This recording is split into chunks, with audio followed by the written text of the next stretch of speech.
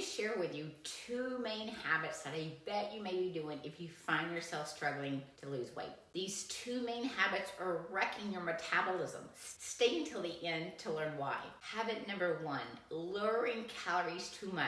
How many of you have heard from many experts to lower your calories 500 calories as a deficit to lose weight? But what they don't tell you is that weight loss is not sustainable at that extreme deficit. This severe caloric deficit does not only slow your metabolism, but creates hormonal imbalances and nutrient deficiencies within the body, leading to mental and physical symptoms such as chronic pain, inflammation, hot flashes, generalized fatigue, headaches, depression, and anxiety, to just name a few. If you haven't subscribed yet, hit the subscribe button, the bell to be notified every time I post a new video about nutrition, health, and weight loss. I help people lose body fat and reverse many chronic medical conditions such as diabetes type 2, high blood pressure, high cholesterol, and even menopausal symptoms with nutrition. I have helped countless women and men to lose their weight and keep it off using some of these strategies, and I'm excited to share them with you. Many people starting out on their weight loss journey will go online and find a calorie and macro calculator to find a starting point. These calculators start at a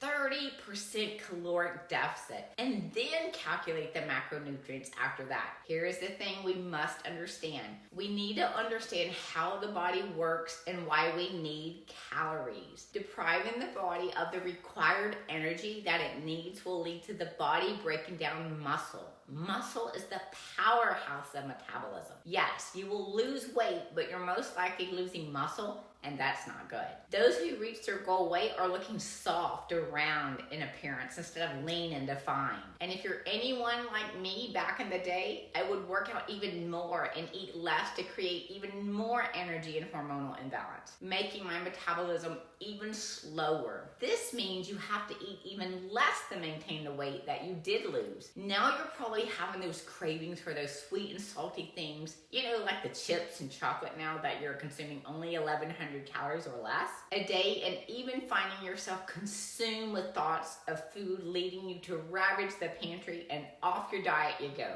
This is what happens when you crash diet and say you lose 40 pounds. 20 pounds lost is fat and 20 pounds is muscle. When you gain the weight back, you don't get the muscle back. You gain 40 pounds back of fat. Now you have twice the amount of fat on your body. Fat takes up more space on the body than muscle. This is why a person with more muscle looks leaner. Is this resonating with you?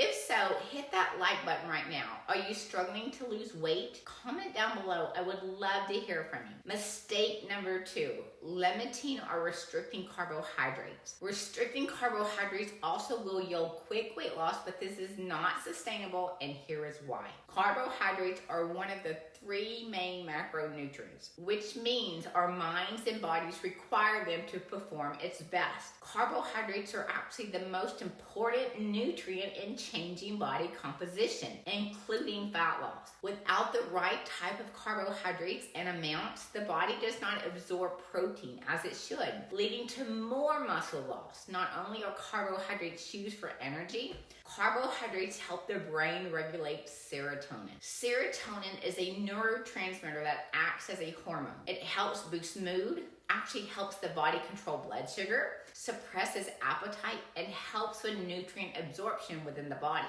This is how fat loss occurs. The body needs to be able to absorb the nutrients from our foods to be converted into energy. Losing body fat occurs once the body becomes hormonally stable and receives adequate macronutrients. When we restrict carbohydrates and bring them back in, what we find is that it increases blood sugar and insulin resistance. The body cannot lose fat while the blood sugar or insulin are spiking and crashing. The body has to be in balance in order for the body to lose body fat. This is why it can seem impossible to get off the hamster wheel of losing weight, gaining the weight back, plus more weight than when you went on the diet, then weight loss, and again and again. Restricting carbohydrates actually worsen blood sugar and insulin resistance long term. It's not about restricting carbohydrates, but eating the right type of carbohydrates at the right time. Another big thing that's missed is thyroid function or disorders. Restricting carbohydrates too much can actually decrease the thyroid's ability to produce and secrete thyroid hormones. Restricting excess calories or carbohydrates creates inflammation within the body, which can look like generalized aches and pains, headaches, fatigue, high cholesterol, high blood sugar, skin tags, fat on the back of the neck. These are all symptoms of inflammation within the body.